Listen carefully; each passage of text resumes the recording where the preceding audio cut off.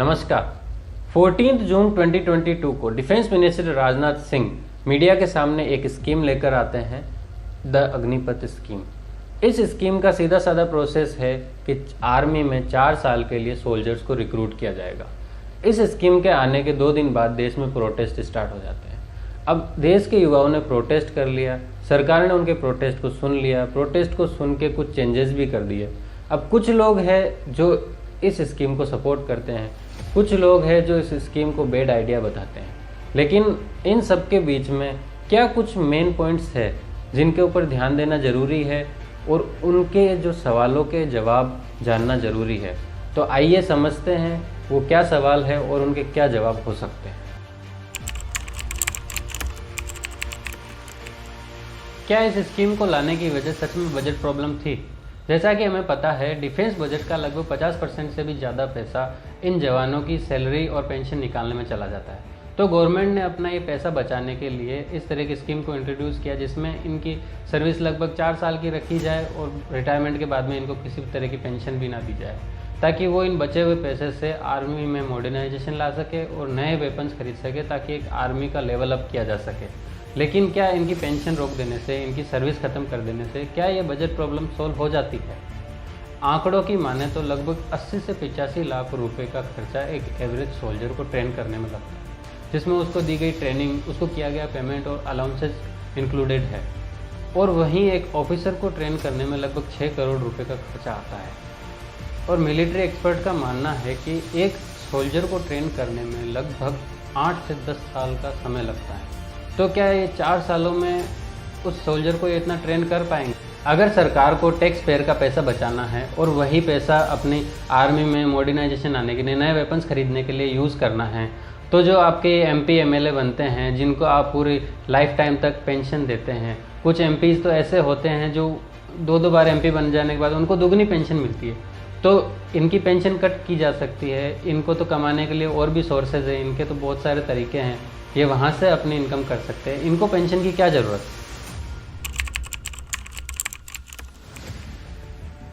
Point number 2, इस scheme के according army में उन लोगों का रिक्रूटमेंट होगा जिनकी उम्र 17.5 से 21 साल हो। इस स्कीम को आए 2 ही दिन हुए कि सड़कों पर इतने प्रोटेस्ट होने लगे कि गवर्नमेंट को अपना डिसीजन चेंज करके उम्र 21 से 23 साल बढ़ानी पड़ी। अब गवर्नमेंट ये चाहती है कि आर्मी में इतने यंग लोगों का रिक्रूटमेंट हो, ताकि एक यूथफुल प्रोफाइल तैयार की जा सके, जिससे ये यंग सोल्जर्स नई टेक्निक्स और टैक्टिक्स को समझने में एबल हो। पर आप कंपेयर कीजिए 21 साल के इस सोल्जर और एक 32 साल के उस सोल्जर को जो पहले से ही देश को सर्व कर रहा है। क्या ये 21 साल के सोल्जर उस सोल्जर के मुकाबले उतना मोटिवेशन ला पाएंगे या अपने अंदर उस तरह की लीडरशिप ये ला पाएंगे जो उस 32 साल के सोल्जर में पहले से ही है? और हमारे ACDS जनरल बिपिन रावत कहते कहते थक गए कि आर्मी में सोल्जर्स की रिटायरमेंट एज को एक्सटेंड करना चाहिए, ताकि जो इनके एक्सपीरियंस का बेनिफिट है पूरी आर्मी को मिल सके और जो नए रिक्रूट्स हैं उन्हें वो अपना एक्सपीरियंस सिखा सके, बता सके। लेकिन गवर्नमेंट ने ये रिटायरमेंट एज को एक्सटेंड करने की बजाय पूरा शॉर्ट करके इस उम्र को लगभग 26 साल कर दिया। मतलब एक 21 साल का नौजवान जो आर्मी में रिक्रूट होगा 26 साल की उम्र में रिटायर हो जाएगा। तो क्या ये गवर्नमेंट ने सही किया है इनके साथ? अब मिनिस्ट्री ऑफ डिफेंस का कहना है कि इन रिक्रूटेड सोल्जर्स में से 25% सोल्जर्स को मौका मिलेगा आगे जाकर देश के लिए सर्व करने का 15 साल के लिए।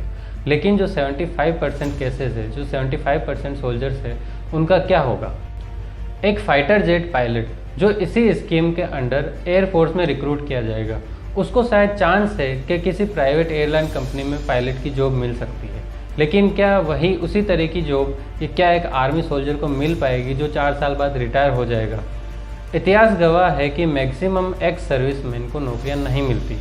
उनको पेंशन के अलावा और भी जॉब की ज़रूरत होती है, तो मजबूरन उनको ATM गार्ड, बिल्डिंग के बाहर सिक्योरिटी गार्ड, फैक्ट्रीज़ के बाहर सिक्योरिटी गार्ड की नौकरी करनी पड़ी। अब सवाल ये है कि क्यों गवर्नमेंट इतने सारे नौजवानों को बेरोजगार करने का काम कर रही है, जहां 2014 में NDA गवर्नमेंट आने के बाद अनएम्प्लॉयमेंट रेट में मैक्सिमम इंक्रीज देखा गया है। गवर्नमेंट ये स्कीम इंट्रोड्यूस करती है और इस स्कीम के आने के 2 ही दिन बाद देश में प्रोटेस्ट इतना बढ़ जाता है कि गवर्नमेंट को अपनी इस स्कीम में मेजर चेंजेस करने पड़ते हैं। गवर्नमेंट पहला चेंज लेकर आती है एज को लेकर, और दूसरा चेंज करती है कि इन रिटायर्ड सोल्जर्स को CAPF में 10% रिजर्वेशन मिलेगा और इनको प्रायोरिटी दी जाएगी। अब यहाँ सवाल ये आता है कि ये रिटायर्ड सोल्जर्स CAPF में जाकर करेंगे क्या, जब साफ साफ लिखा हुआ है कि CAPF के टाइप ऑफ सर्विस और आर्मी के टाइप ऑफ सर्विस बिल्कुल एक दूसरे से डिफरेंट है। तो क्या CAPF वाले इन रिटायर्ड आर्मी सोल्जर्स को अपनी तरीके से वापस ट्रेनिंग कर देंगे?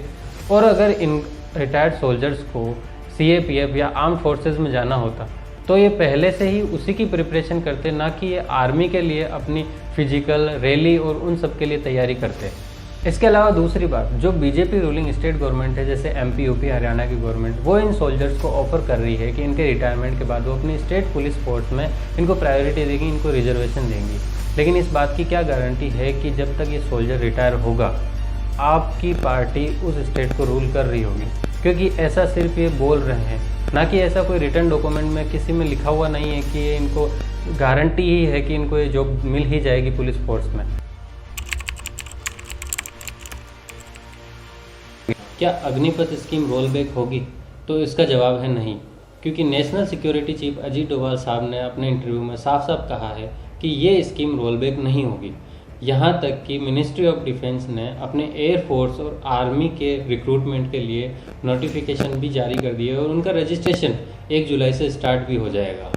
यहाँ सबसे ज़्यादा नुकसान उन लोगों का हुआ है जिन्होंने 2 साल पहले अपनी आर्मी की रैली, फिजिकल एग्जामिनेशन और मेडिकल एग्जामिनेशन को कंप्लीट कर लिया था और वो लगभग 2 साल से अपने रिटर्न एग्जामिनेशन का इंतज़ार कर रहे थे। लेकिन ये अग्निपथ स्कीम आने के बाद मीडिया ने सेम यही सवाल तीनों आर्मी चीफ से यही सवाल किया, तब इंडियन नेवी के चीफ ऑफ पर्सनल इसका जवाब देते हैं कि 2 साल में बॉडी में कई फिजिकल चेंजेस आ जाते हैं। तो इस वजह से उन सभी एस्पिरेंट को जिन्होंने 2020 में ये रैली कंप्लीट की थी, उन्होंने सिलेक्शन लिया था, उन सभी को वापस इस स्कीम का हिस्सा बनना पड़ेगा, वापस से अपना रिक्रूटमेंट प्रोसेस दोहराना होगा। National security chief Ajit Doval साहब के नो रोल बैक स्टेटमेंट के बाद बिहार और उसी के आसपास के स्टेट के युवा प्रोटेस्ट छोड़कर अपने अपने स्टेट वापस लौट गए और अपनी तैयारियों को वापस स्टार्ट कर दिया है, क्योंकि मिनिस्ट्री ऑफ डिफेंस का कहना है कि अगर कोई भी युवा किसी भी तरीके से प्रोटेस्ट का हिस्सा पाया जाता है या किसी भी तरीके से उसका नाम सामने आता है तो उसको इस रिक्रूटमेंट प्रोसेस का हिस्सा नहीं बनने दिया जाएगा, उसको मौका नहीं दिया जाएगा। इसलिए कुछ युवाओं का कहना है कि बेरोजगार रहने से अच्छा है कम से कम 4 साल का ये रोजगार हम प्राप्त करें, इस रिक्रूटमेंट का हिस्सा बने।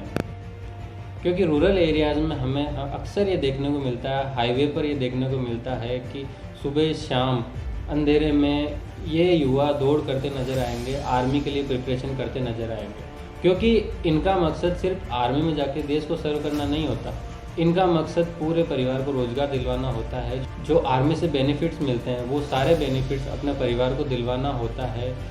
इस आर्मी के रिक्रूटमेंट के प्रोसेस में वो हिस्सा लेकर, सिलेक्शन लेकर एक सोशल रिस्पेक्ट गेन करते हैं।